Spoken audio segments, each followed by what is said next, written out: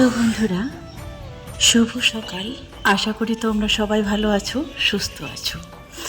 আজকের দিনটা হচ্ছে ঈদের দিন, কোরবানির দিন। আমরা ভোরবেলা সকাল সকাল উঠে তো এই তো রুটি বানানো শুরু করে দিয়েছি। আমাদের নর্থ বেঙ্গলের একটাই ঐতিহ্য আছে যে কোরবানির দিনে যত খুশি বানাও, রুটি বানাতে পারো। তো আমি নিয়ে এসেছি 5 কিলো আটা রুটি বানাতে হবে।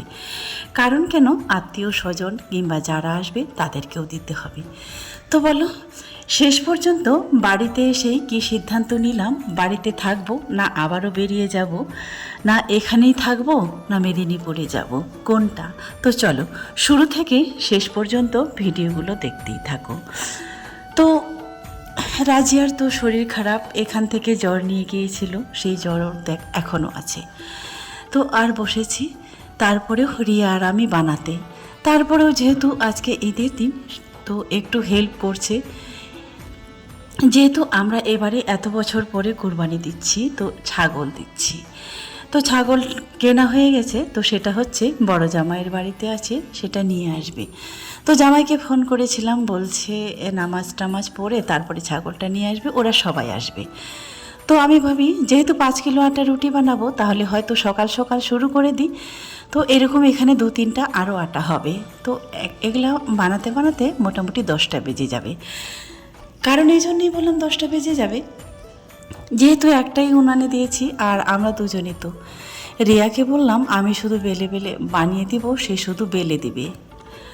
তারপরে এক সাইডে আমি সেঁকবো আর এক সাইডে বেলা হবে।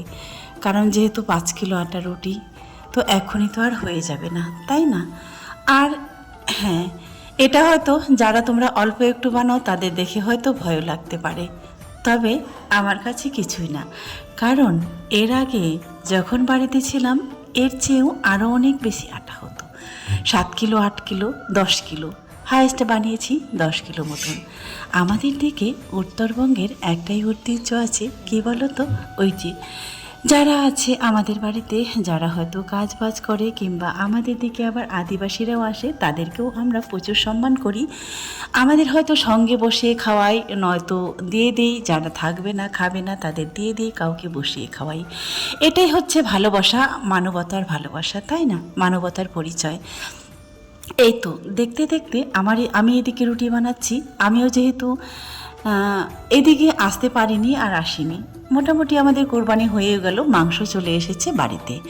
এই তো জামাই, মেয়ে, নাতি সবাই বাড়িতে এসেছে। কি সুন্দর একটা মেলবন্ধন, তাই না? কতই না আনন্দ লাগছে এই দিনগুলোতে। হ্যাঁ, যদিও দূরে থাকি, তারপরেও মনটা যদিও পড়ে থাকতো ওদের কাছে, তারপরেও একত্রে হতে পেরে আরোই ভালো লাগছে। এই তো মাংস যেটা মসজিদে দিতে হয় সেটা দিয়ে দিয়েছি, ওই দিক থেকেই আমাদের কাটা হয়েছিল বাগানে, সেখান থেকে দিয়ে দিয়েছি মসজিদে। আমি জিজ্ঞাসা করতে যাইনি কতটা দিয়েছে আর ক কিলো হয়েছিল। বাড়িতে যেটা এনেছে, যেটা আমাদের আছে, সেটাই আলহামদুলিল্লাহ। ঈদের দিন পার হয়ে তারপরের দিনে হচ্ছে কোরবানির দিন। সরি, ভুল বললাম, ঈদ পার করে এটা হচ্ছে তার পরের দিন। যেহেতু অল্প অল্প করে ভিডিও করেছি, তো এগুলো সব মিলে একটা ভ্লগ বানিয়েছি। কেন অল্প করে করেছি, কারণ কি বলো তো, তোমরা একটু আগে দেখলে, আগের ভ্লগে দেখেছো মিস্ত্রি এসেছে, কাজ হচ্ছে আমার বাড়িতে। হ্যাঁ, বাড়ির কাজ হচ্ছে। আজ থেকে প্রায় 8 থেকে 10 বছর আগে বাড়ি ছেড়েছিলাম। 2 বছর মোটামুটি বাড়িতে আসা যাওয়ার যোগাযোগ ছিল। প্রায় 8 বছর একেবারে বন্ধ ছিল, না বাড়িতে এসেছি কোনো কাজে কর্মে, না বাড়ির খোঁজ করেছি, না সেটা তোমরা মোটামুটি সোশ্যাল মিডিয়া সবাই জানো। তারপরে গত 8 বছর পরে এলাম। বাড়ির পরিস্থিতিটা দেখে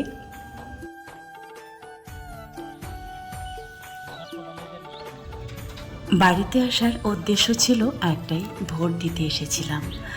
ভোট দিতে এসে দেখি যে বাড়ির পরিস্থিতিটা একেবারেই খারাপ। তারপরে অনেকেই কমেন্ট করে বলেছো, দিদি তুমি তোমার হাজব্যান্ডকে দেখাবে না, রিয়ার বাবাকে দেখাবে না? অবশ্যই দেখাবো।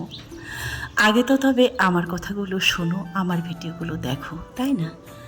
বাড়ির কাজ বলতে মোটামুটি প্লাস্টারের কাজ কমপ্লিট, আর আজকে হবে ছাদ ঢালাই, আজকে না কালকে হবে। তো এই তো এখানে রড বাঁধা হচ্ছে।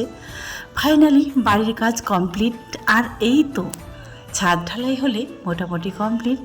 আবারও কত সুন্দর দেখতেও লাগছে আর কত সুন্দর একটা ফ্যামিলি দেখতে লাগবে। তোমরা সবাই দেখতে চাও একত্রে আর একসঙ্গে দেখতে চেয়েছিলে, তাই না? হ্যাঁ, এবার যদি বলো কোথাও ঘর দিলে নতুন করে, এইসব প্রশ্ন হয়তো তোমাদের মাথায় আসবে। আমরা যখন বাড়িতে ছিলাম একটাই রুম ছিল, আর এই সাইডে যে রুমটা তোমরা দেখতে পেলে এটা নতুন করে করা হলো। আগে অর্ধেকটা ছিল, তারপরে তো আমি হয়েছিলাম বাড়ি ছাড়া, তাই না? তো এই তো এখন তো আর মিস্ত্রিরা নিজে থেকে ছাদ ঢালাই করে না, মেশিনের প্রয়োজন হয়।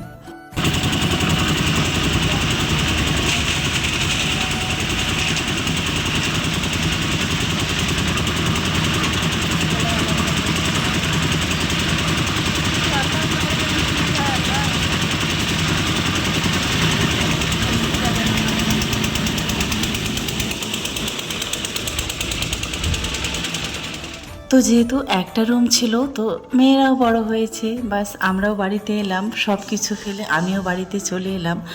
তারপরে মনে হলো যে বাকি যে অসম্পূর্ণ ছিল সেগুলো কমপ্লিট করার প্রয়োজন, তাই না? হ্যাঁ, এটা হচ্ছে সাইডের ওই ছাদের সঙ্গে জোড়া লাগিয়ে আরেকটা রুম তৈরি করা হলো। তো এই রুমের ভিতরে হলো পায়খানা, বাথরুম, কিচেন, এগুলো বাকি ছিল।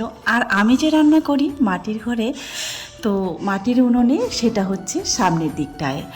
তো এবারে ভাবলাম সব কিছু ভেতরেই হবে, আর বাইরে বের হতে হবে না।